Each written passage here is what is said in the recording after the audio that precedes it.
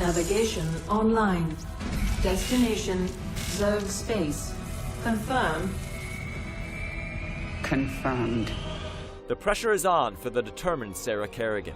Having lost her powers as the mighty Zerg matriarch, she has a lot to prove as she claws her way back to the top in STARCRAFT II's first expansion, Heart of the Swarm. Standing in the looming shadows of past series hallmarks like Brood War, this expansion of STARCRAFT II focuses solely on the fate of the swarming, hive-minded Zerg.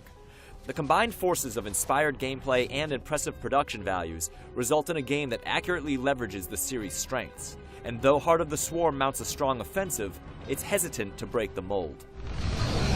Warning. Zerg organisms detected. That's why I'm here. The tale picks up shortly after Wings of Liberty's grand finale, which saw this Spec Ops ghost turned Bug Queen reborn and reunited with her old flame, Jim Raynor. It's a short-lived honeymoon that ends with the two love bugs forcibly torn apart once again. So begins a bloody quest of revenge as the former soldier returns to her rightful place at the head of the Zerg Empire. Much like Wings of Liberty before it, the game paints its plot in the thick and heavy strokes of Blizzard's signature style, attempting to tell a dramatic story against its lavish backdrop.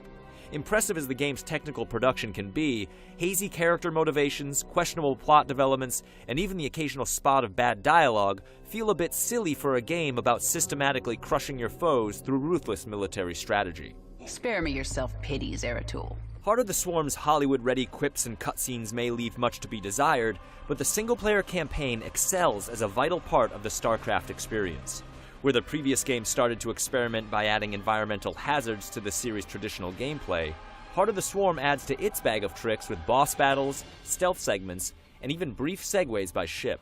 Rather than emulating the multiplayer side's strict focus on optimal build orders and pinpoint play, the very design of the campaign tests a player's ability to overcome and adapt to the game's unique set of problems.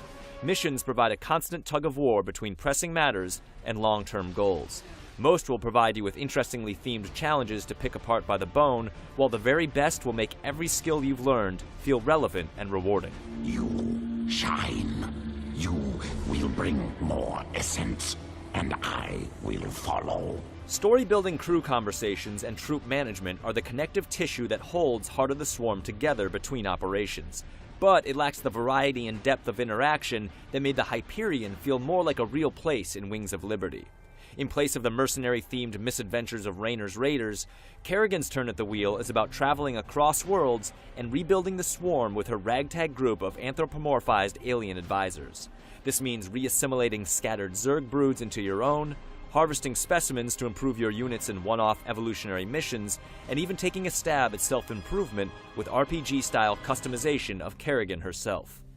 Evolution may be the ultimate goal for the so-called Queen of Blades, but it's clear that the series is playing to its established strengths, reusing many of the same tricks that defined Raynor's trip through the cosmos.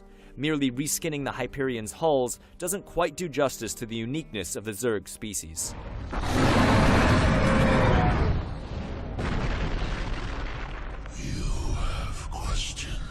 At 27 missions, Heart of the Swarm achieves a respectable length that evenly matches Wings of Liberty in size and scope. After finishing the main campaign, achievement-hungry commanders can dig into the new Master Archives feature, which allows you to revisit any of the game's missions and tweak a full set of parameters to your liking. Only focus is evolving the Swarm. On the flip side, multiplayer continues to be a huge series attraction without shaking things up too much. With just 7 new units spread across each of the 3 races and minor changes to existing units, the art of interplanetary war doesn't exactly change in an immediate or dramatic way, but you'll notice a few different dynamics to the game's established strategies created by the tweaks and additions. Several new maps showcase the game's spread of new tile sets and graphical upgrades, including gruesome new physics-driven death animations. Meanwhile, overarching improvements to BattleNet bring welcome upgrades to the previously undercooked community and back-end features. Clan support is finally a reality, dropped games can be recovered, and you can insert yourself into famous esport matches with a Take Command replay option. I return. True to its evolutionary themes, Heart of the Swarm is a deliberate product of StarCraft's successes, selectively acquiring the series' strongest traits and reproducing them in an efficient, albeit mechanical manner. Series savants won't be disappointed by the game's catalog of well-constructed missions and stellar multiplayer experience, but players may still find themselves hoping for some sort of wild mutation from the franchise's established norms. The charmingly confident Kerrigan once again proves that she and her brood can stand on their own, but she owes quite a debt to past conquests. To guarantee the survival of her species, she may need a more dramatic change in the future. They're tenacious, I'll give them that. But I am ready for this.